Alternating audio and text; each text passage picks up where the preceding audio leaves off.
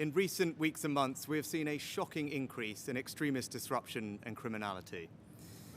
What started as protests on our streets has descended into intimidation, threats, and planned acts of violence.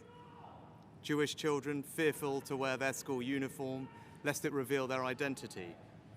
Muslim women abused in the street for the actions of a terrorist group they have no connection with.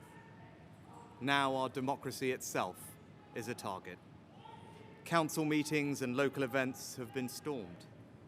MPs do not feel safe in their homes. Long-standing parliamentary conventions have been upended because of safety concerns. And it is beyond alarming that last night the Rochdale by-election returned a candidate who dismisses the horror of what happened on October the 7th, who glorifies Hezbollah and is endorsed by Nick Griffin, the racist former leader of the BNP. I need to speak to you all this evening because this situation has gone on long enough and demands a response not just from government, but from all of us. Britain is a patriotic, liberal, democratic society with a proud past and a bright future. We're a reasonable country and a decent people. Our story is one of progress, of great achievements and enduring values. Immigrants who have come here have integrated and contributed. They have helped write the latest chapter in our island story. They have done this without being required to give up their identity. You can be a practicing Hindu and a proud Briton as I am, or a devout Muslim and a patriotic citizen as so many are, or a committed Jewish person and the heart of your local community, and all underpinned by the tolerance of our established Christian church. We are a country where we love our neighbours and we are building Britain together. But I fear that our great achievement in building the world's most successful multi-ethnic, multi-faith democracy is being deliberately undermined. There are forces here at home trying to tear us apart.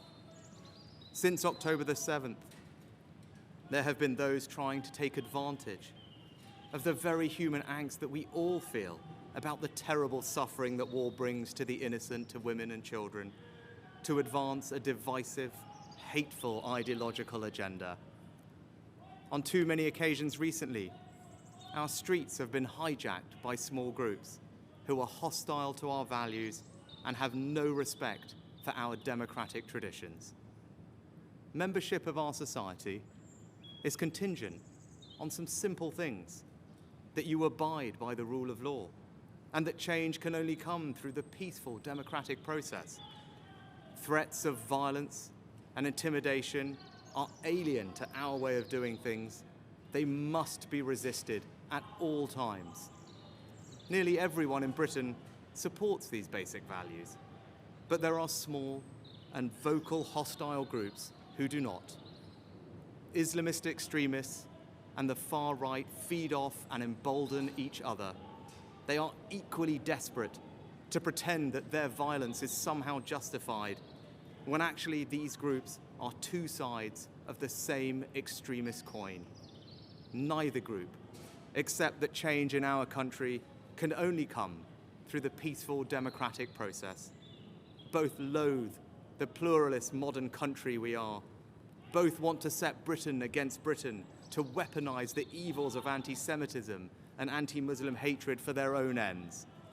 The faith of Islam, peacefully practiced by millions of our fellow citizens, is emphatically not the same thing as the extremist political ideology of Islamism, which aims to separate Muslims from the rest of society.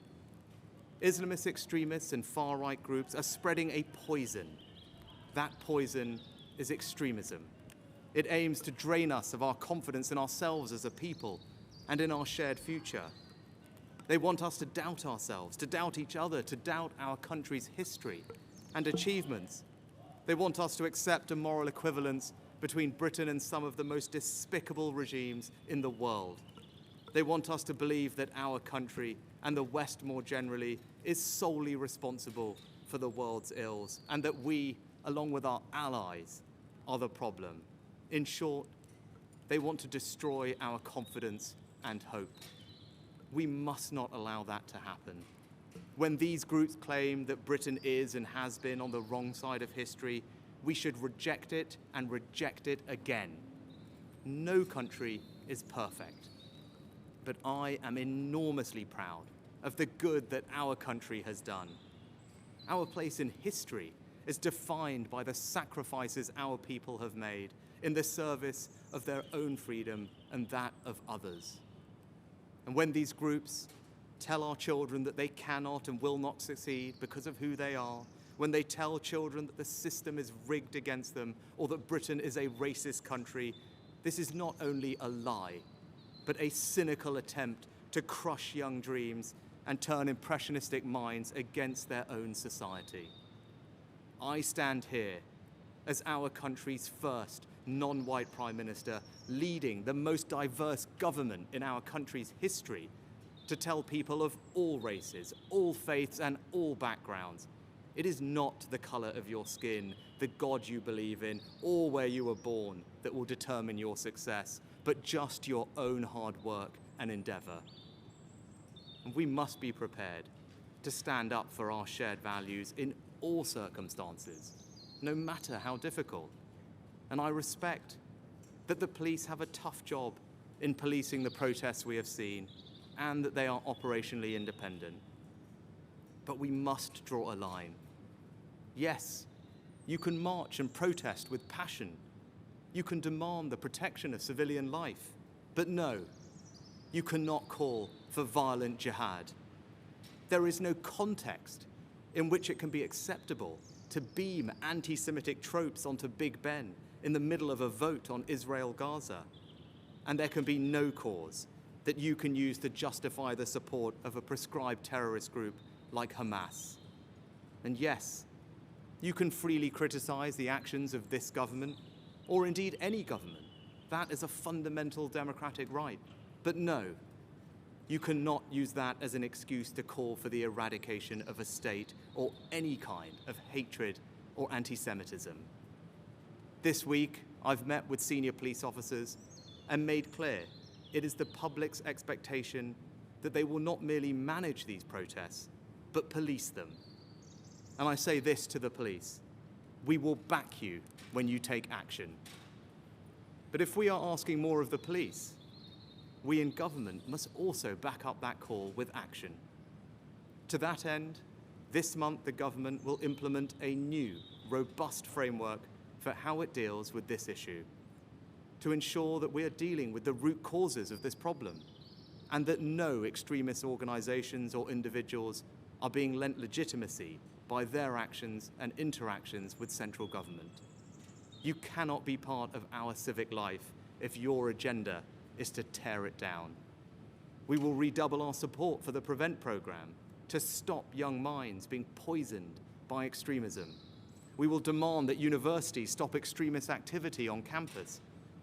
We will also act to prevent people entering this country whose aim is to undermine its values. The Home Secretary has instructed that if those here on visas choose to spew hate or protest or seek to intimidate people, we will remove their right to be here. And our Britain must not be a country in which we descend into polarised camps, with some communities living parallel lives. It is not enough to live side by side. We must live together, united by shared values and a shared commitment to this country.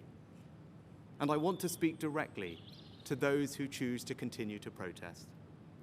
Don't let the extremists hijack your marches. You have a chance in the coming weeks to show that you can protest decently, peacefully, and with empathy for your fellow citizens. Let us prove these extremists wrong and show them that even when we disagree, we will never be disunited from our common values of decency and respect. I love this country. My family and I owe it so much. The time has now come for us all to stand together to combat the forces of division and beat this poison. We must face down the extremists who would tear us apart. There must be leadership, not pandering or appeasement. When they tell their lies, we will tell the truth. When they try and sap our confidence, we will redouble our efforts.